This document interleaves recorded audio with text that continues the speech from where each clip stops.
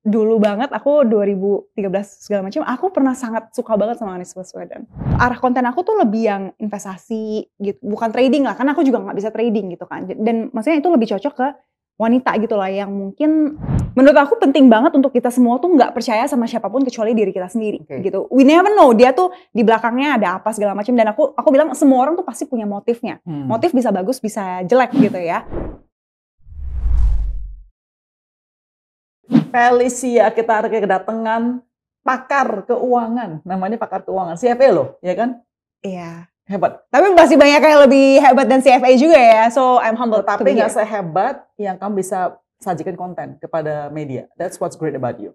But let me ask you this ya, sebagai seorang social media content creator di zaman sekarang, kamu kan kasih update masa keuangan. Yep. Dan berhubungan keuangan itu sangat-sangat sensitif sekali. Karena orang percaya sama kamu loh. Ya kan? Tapi kamu biasa disclaimer kan pastinya kan, bahwa ini cuma kamu punya suggestion atau advice, tapi buat tutup harus pasti orang lain. Jadi banyak menuai kritikan juga, bahwa kalau gue loss, gue rugi, what is halnya Felicia gitu loh. Nah kamu gimana sih responsnya? What do you think it's fair? Atau it's fair? I think of course it's not fair. You take this decision gitu ya. Dan maksudnya nih, aku bikin konten nih, kadang kontennya tuh bisa time sensitive.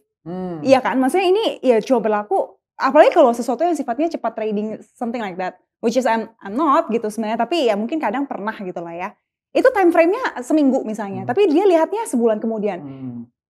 Yang sebenarnya udah nggak berlaku gitu kan, tapi dia tetap melakukan itu, dia nggak perhatiin detailsnya gitu kan, cuma lihat judul atau kayak headline besarnya, and then take decision, and then kalau loss, salahin aku begitu kan. Berarti banyak orang yang suka salahin kamu tentang hal tersebut? Ya, ada beberapa kali ya. Lesson learn.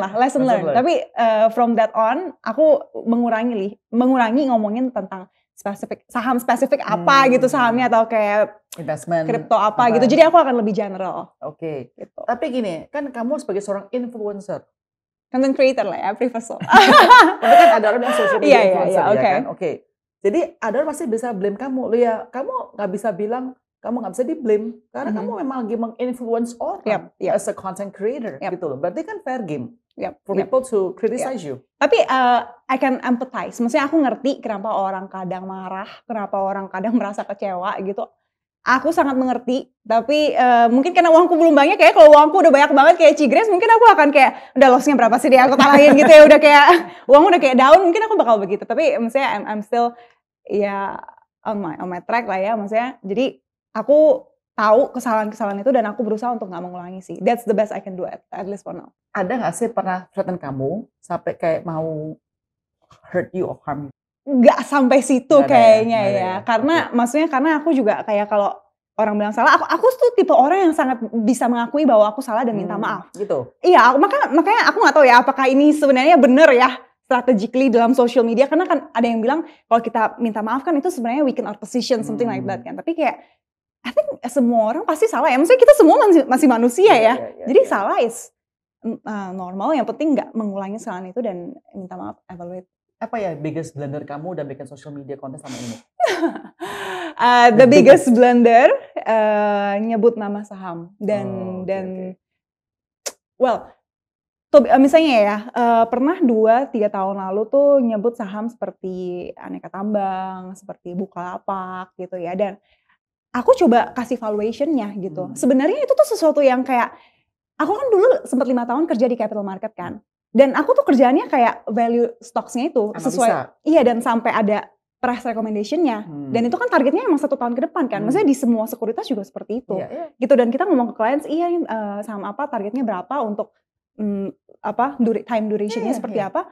And that's fine gitu. Dan yang aku sampaikan waktu itu di social media, exactly like that. Itu tuh sebenarnya sama juga dengan most of the analis dari broker-broker yang foreign broker gitu. Jadi kayak waktu itu aku nggak tahu kenapa aku salah gitu kan. Karena emang biasanya aku ngakuin kayak gini. Walaupun waktu itu market aku emang institusi gitu kan, bukan retail kan.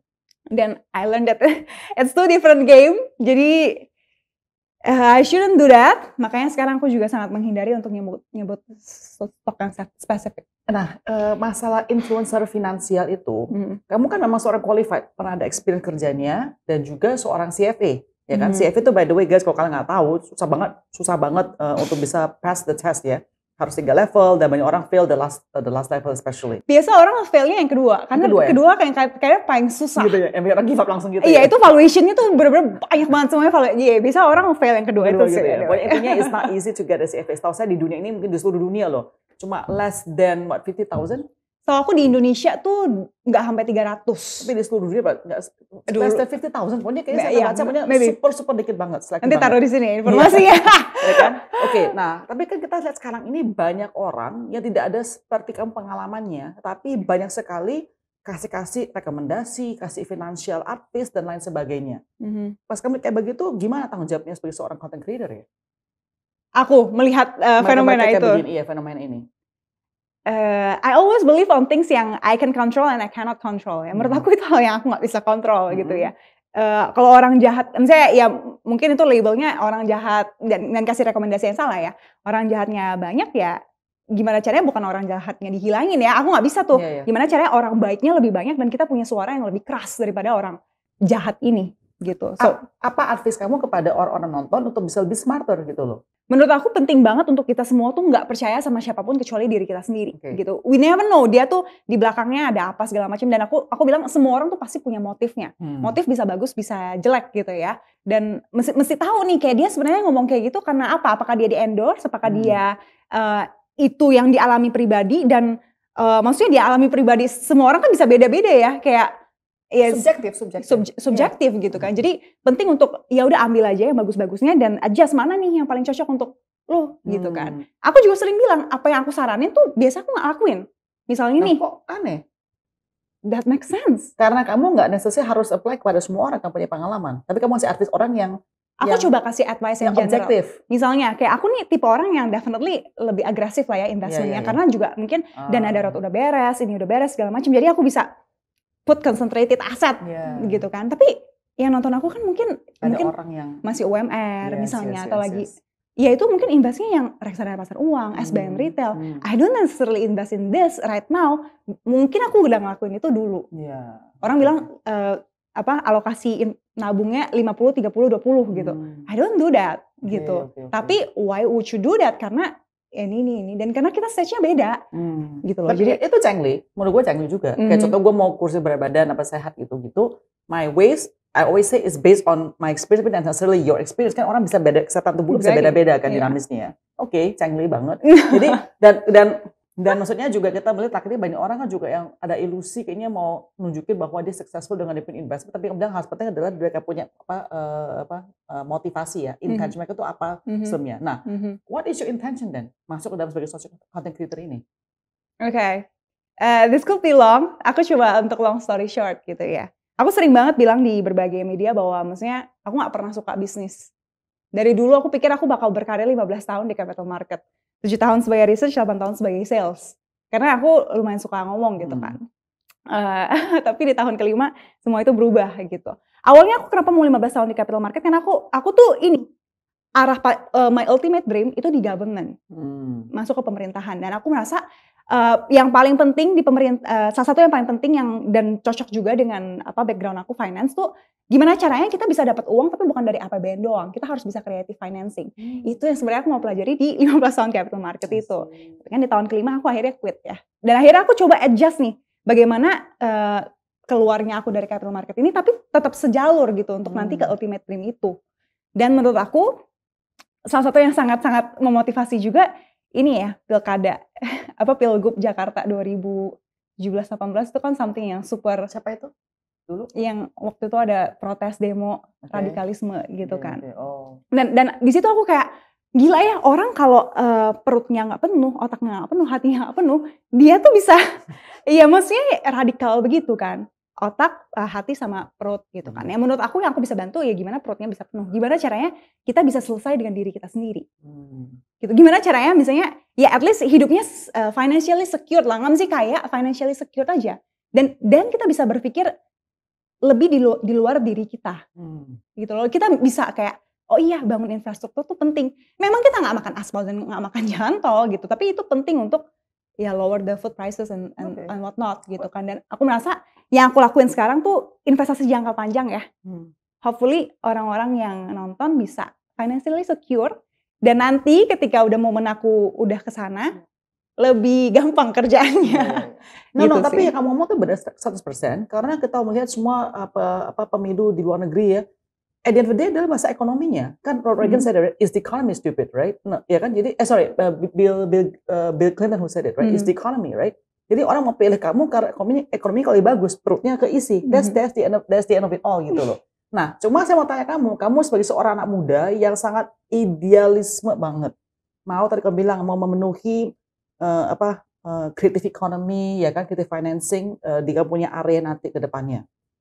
Tapi gimana untuk terus bisa uphold kamu punya integritas? Karena saya melihat banyak sekali orang masuk ke politik, terus tiba-tiba ada awal-awalnya, masuk lamaan tidak ada lagi. Praktikal mana mereka merasa kata-katanya? I don't know, maksudnya aku gak pernah di situ ya Ci ya. Jadi aku gak bisa bilang, oh nanti aku juga bakal lurus segala. Of course itu yang kita mau gitu kan. That's why aku lumayan, kayaknya itu kita perlu punya circle dan people surround us yang benar-benar positif. Dan ya makanya kalau sekarang di posisi sekarang aku memilih juga ya circle aku. Mungkin teman-teman yang ya udah gak relate, suka ngomongnya gibah-gibah doang, ngomongin orang. Itu ini mohon maaf banget, kayak ya udah kita mungkin beda jalan aja gitu. Dan aku rasa penting ya untuk, ya karena kita average of 5 people around us gitu kan. Jadi ya. Kamu umur berapa sih? Aku karena belum ulang tahun ya Ci, jadi 27 masih boleh ya. Nah, apa umur 27 seperti kamu ini, kok pemikiran bisa nggak dewasa? Is it? Yeah, because like you know, actually you are very smart ya. Maksud saya gini, tadi kamu bilang bahwa mereka harus diisi dulu. Jadi kamu membantu mereka dalam masa finansial mereka. Nah, tapi kamu content creator yang sangat sukses banget loh, ya kan? Dan kita kalau lihat sekarang ini, zaman Gen Z ke depannya itu, mereka banyak pemilih kandidatnya based on social media juga. Jadi you already actually kind of way. So I think dia udah on track banget ya. It's very smart very smart gitu loh. Jadi I want to know, apa sih influence kamu kok bisa memikir kayak begini-begini ya? Siapa role model kamu? Siapa yang bikin Nah, itu pertanyaan yang selalu kalau ditanyain ya, aku tuh nggak ada satu role model yang kayak satu gitu loh, Ci. Your parents? Of course not. Gitu kayak my parents. Why no, of course not, why? My parents ya maksudnya mereka bukan pengusaha yang sukses. Mama aku 20 tahun kerja jadi akuntan, kemudian dia sekarang ya have their own business, tapi ya only untuk surviving. Maksudnya untuk ngisi waktu aja gitu. Jadi mereka bukan, they are not what I want to be in my future. Maksudnya pas kecil aku ngeliat aku bukan mau jadi kayak mereka gitu. Jadi tapi aku punya role models yang banyak dan aku rasa trust me not, dulu banget aku 2013 segala macam, aku pernah sangat suka banget sama Anies Baswedan. You know what? Sampai aku waktu itu dia juru bicara kampanyenya Jokowi. Dia tuh kan super inspiring ya. Aku sempat bahkan kayak, iya right. Aku sempat download pidatonya itu, aku masukin ke playlist HP dan aku dengerin di perpustakaan berkali-kali. Dan aku mengakui bahwa dia jago lah ya ngomongnya itu dan itu penting. Tapi everything else ya it's different. Ada like-nya lah. Iya gitu. Jadi aku rasa kayak kita bisa ngambil yang positif-positifnya aja dari setiap orang. Dari Ahok kita belajar bahwa integritas dan idealisme itu penting, tapi jangan lupa balance dengan yang lain. Kalau enggak ya seperti itu gitu kan. Jadi I learn from a lot of role models. Nah, but I'm still not belum dapat juga jawabannya bahwa apa sih momen-momen pas kamu masih kecil itu yang bikin kamu kayaknya I want to be more than my parents contohnya. Kenapa kamu baca sendiri, kamu dengerin podcast itu apa? Maksudnya gak ada satu momen yang bikin kamu turn around gitu loh? Aduh susah juga ya pertanyaan itu ya Ci ya. Karena memang mungkin it's those all little moments yang mungkin shape me today gitu. Gak ada kayak, jujur li ya, gak ada satu momen yang sangat Eureka gitu. Iya, to be honest gak ada. Dan mungkin most of us juga gak punya itu. Don't need that. Kamu ada kakak adik? Aku punya adik satu. Punya adik laki atau perempuan? Cewek. Oke, jadi saya pengen tanya, apakah nih orang tua mendidik kamu bisa mikir kayak begitu terus independen sendiri? Apakah adik kamu seperti kamu atau kamu lebih driven? I'm driven, I think. You're very driven. Yeah, I'm driven. We are kind of different lah ya, maksudnya aku sama adik aku. Jadi kamu dari kecil tuh mau tipe-tipe yang always straight A student gitu ya? Itu kayak apa tuh, kayak nerdy shoes gimana? Always straight A students pas lagi kecil? Straight A ya. Enggak juga Ci. Jadi dulu ya pas aku, ya oke lah pas SMA adalah juara 1 gitu-gitu ya. Tapi kayak aku kan suka ikut lomba-lomba ekonomi juga ya. Maksudnya biar sebenarnya biar bolos sekolah dan bisa ke Jakarta gitu sih sebenarnya. Karena waktu itu jarang. Asal dari Pontianak soalnya. Iya, I'm from Pontianak. Jadi lumayan jarang ke Jakarta. Jadi kalau ada lomba terus bisa ke nasional kan bisa jalan-jalan ya dan bolos sekolah gitu loh. Jadi kayak sebenarnya motivation aku waktu itu seperti itu. Dan aduh lupa lagi ngomong apa. Apa ya tadi pertanyaannya?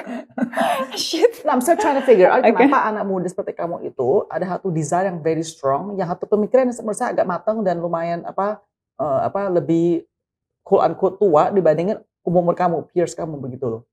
Soalnya saya perhatiin banyak anak muda masih mencari jati diri mereka di umur kamu.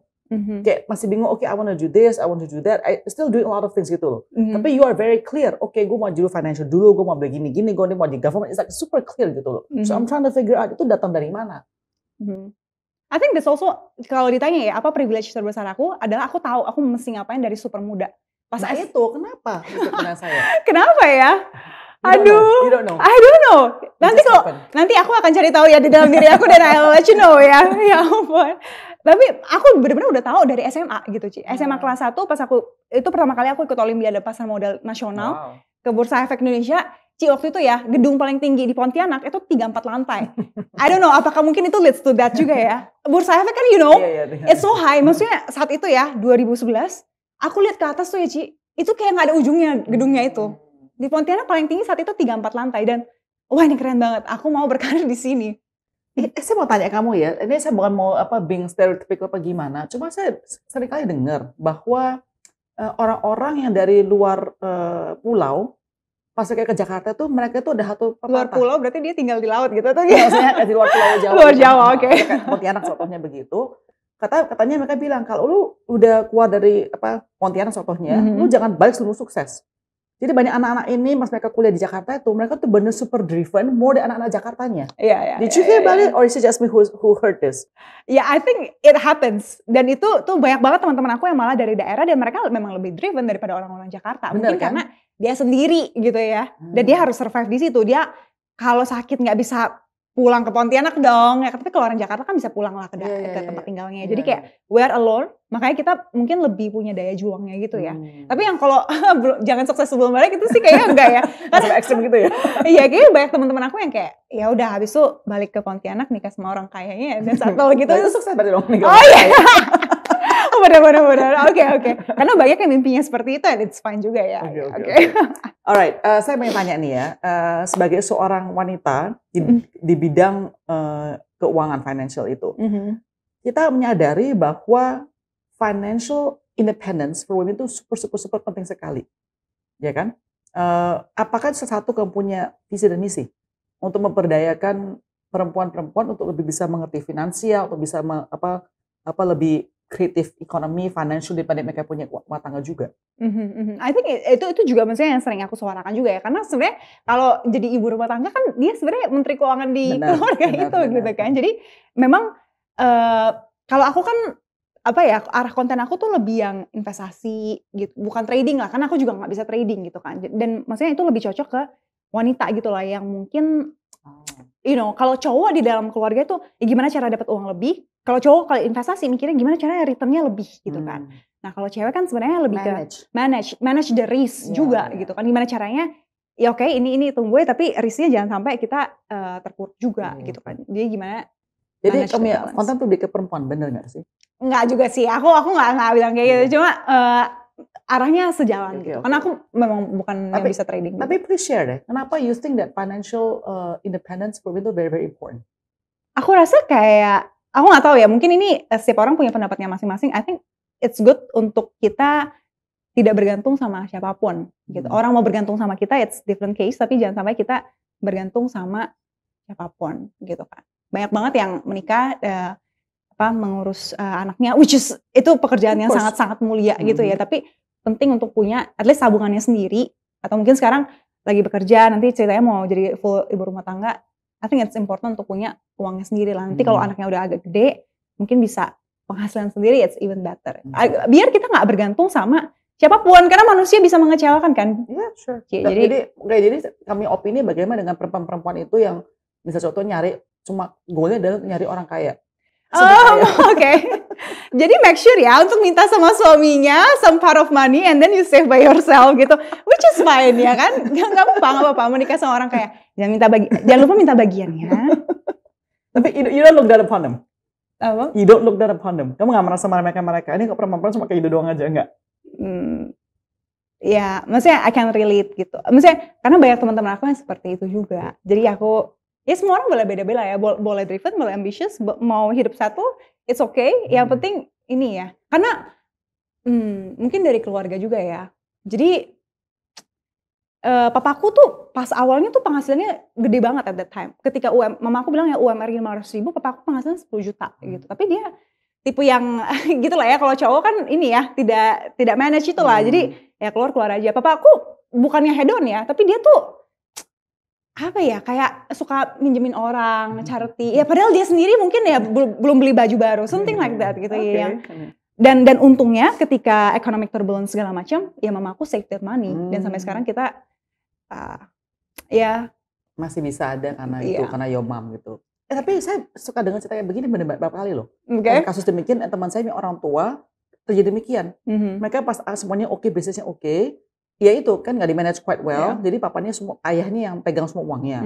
Terus pas financial crisis, kalau contoh istri pernah manage well masih oke. Tapi kalau yang nggak di manage, langsung terpuruk segala macam gitu kan. Ternyata quite common ya kayak begini. Makanya untuk mungkin ibu-ibu muda ya yang lagi nonton segala macam, coba pertimbangan itu deh. Kayak mungkin sekarang kita baik-baik aja, tapi ketika ekonominya lagi jelek, bisnis si suami kita lagi bermasalah kan.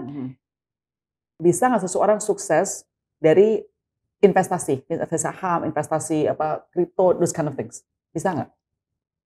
Jawabannya bisa, tapi berapa lama? Kalau cuma ini pelajaran di CFA juga. Menurut aku, ini soalnya orang banyak tanya kayak gini. Val, kamu kan kaya bukan dari hasil investasi ya, tapi dari endorse dan segala macam.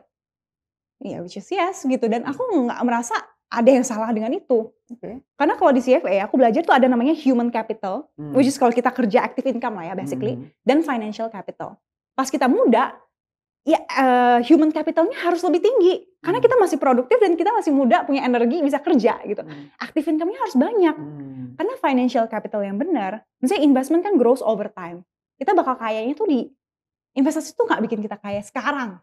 Kalau mau kaya sekarang investasi salah. Kalau mau kaya sekarang ya kerja. Investasi tuh bikin kita kaya di masa depan. Aku nggak mau dong kayanya umur 50 Ci. Aku mau kayanya sekarang dan maksudnya punya uang yang secukupnya sekarang dan juga nanti. Kalau nanti udah pasti dari investasi gitu kan. Sekarang ya dengan kerja, dengan active income, gedein my financial capital gitu. Karena menurut aku investasi yang penting ada 3 variabel. Modal, waktu, dan return. Modal, waktu, sama return. Anak muda biasanya dia nggak punya modal yang gede kan. Ya gedein di waktu. Invest semudah mungkin. Tapi kalau misalnya kita punya active income yang banyak kan kita menambah modal juga kan. Jadi gimana caranya bisa naikin tiga variabel itu. Modal, waktu, dan return. Coba define apa itu return.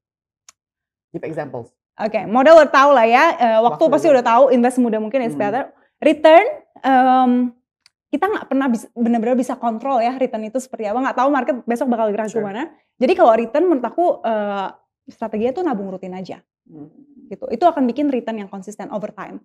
Karena kalau kita investnya untuk short term period, ya itu volatile banget ya, bisa naik bisa turun. Tapi kalau kita tarik over long term, itu bisa lebih stabilize dan kita bisa predictable lah, lebih predictable. Kamu pernah nggak sih ada momen yang sangat low, kamu nggak ada uang sama sekali? Kalau jawab enggak apa kan ya? Apa? Of course nggak. Saya juga nggak pernah. Gitu. Iya nggak. Nggak pernah sampai kayak begitu sekali. Aku nggak pernah karena maksudnya dari aku di Pontianak, maksudnya keluarga tuh biasa aja sih. Anyway, papa aku udah berhenti kerja pas aku 4 SD dan aku baru tahu pas kuliah. Iya, maksudnya di keluarga kan. Di semua keluarga ya, menurut aku mostly nggak ngomongin soal income dan uang gitu kan. Gitu? Same, in my family juga kayak gitu. Aku cuma diajarin nabung, maksudnya, dan itu penting banget. Itu dan tidak, maksudnya lebih berhemat lah. Gitu. Now I have to ask you the last questions ya. Saya mau specific advice untuk 3 generations. Generation Z, Millennial, sama Generation X. Ya. Untuk Generation X, apa yang harus difokuskan pada seorang Generation X, Generation millennial sama Generation Z. Go ahead. Oke, Generation X berarti dari umur 40 sampai 55, something like that. I don't know, but okay. Oke. Tolong ya, karena sekarang kan lagi produktif bekerja, dan kita selama ini selalu dihadapi sama fenomena sandwich generation. Hopefully bisa di stop di generasi Grace ya. Maksudnya jadi saya ke anak saya jangan expect kayak begitu. Iya. Maksudnya jangan sampai membuat anak saya itu harus jadi sandwich generation. Ya. Jadi mumpung lagi kerja kan, sebenarnya kayak masih kerja, masih produktif, bikin dana pensiunnya. Karena menurut BPS ya, kayak cuma 1%, less than 1% of Indonesians lansia yang hidup dari dana pensiun. Sisanya tuh mostly 78% dari kiriman uang dan orang yang masih bekerja di keluarganya atau kiriman uang dan barang. Itu total makes up like mungkin 90% plus. Gitu. Jadi udah pas. Well noted ya. Dana pensiun, bikin dana pensiun. Okay, alright. Grace ada ya? Ada. Dana pensiun ya. Generation X itu ya. Oke, sekarang generation millennial Y. Y. Okay. Generation Y, which is my generation ya. I think it's around. Aku kayaknya Y terakhir deh. Ya, kamu kayak lebih deket close ke Z sih. Iya, aku close ke Z. Itu mungkin berarti dari 25 sampai 40 ya. Karena kita udah bukan di momen untuk coba-coba. I think penting banget, menjadi sangat penting untuk tahu kita harus apa yang kita mau di dalam hidup ini. Tahu tujuan hidup kita. Kayak 30 tuh batas terakhir. Lu udah mesti tahu lu mesti ngapain gitu loh. Kalau udah lewat itu dan memang gak ada yang pernah terlambat sih. Tapi it's better, idealnya kita tahu kita mesti ngapain. Jadi kita nggak hanya sehari-hari kerja ke kantor, dapat gaji, and then living paycheck to paycheck gitu. Kayaknya itu ya mungkin akan membuat kita jadi sandwich generation yang berikutnya, gitu loh. Jadi penting banget untuk tahu apa yang kita mau dalam hidup dan breakdown step by stepnya untuk menuju ke sana. Untuk generation Z karena masih awal-awal ya, penting banget untuk explore sih. Aku dulu bilang kalau di bawah 25 lah ya, just say yes to any positive opportunity. Jadi gak usah mikir kepanjangan, anything positif ya, just say yes. Kita pasti belajar banyak hal di dalamnya. Explore, biar kita tahu, oh kita gak suka nih sama ini. Oh kita cocok nih sama ini, dan ini yang kita fokusin. Kita gak akan tahu kayak sukanya apa segala macam kalau kita gak coba banyak hal dan tahu, oh ini yang aku suka, ini yang enggak. Terus pas aku SD segala macam juga aku nyobain banyak banget hal. Dari sports, puisi, storytelling, dan untuk kemudian tahu ini yang aku mau. Okay. Alright. Thank you so much, Val. All the best to you ya. My pleasure. Thank you for inviting me, Grace.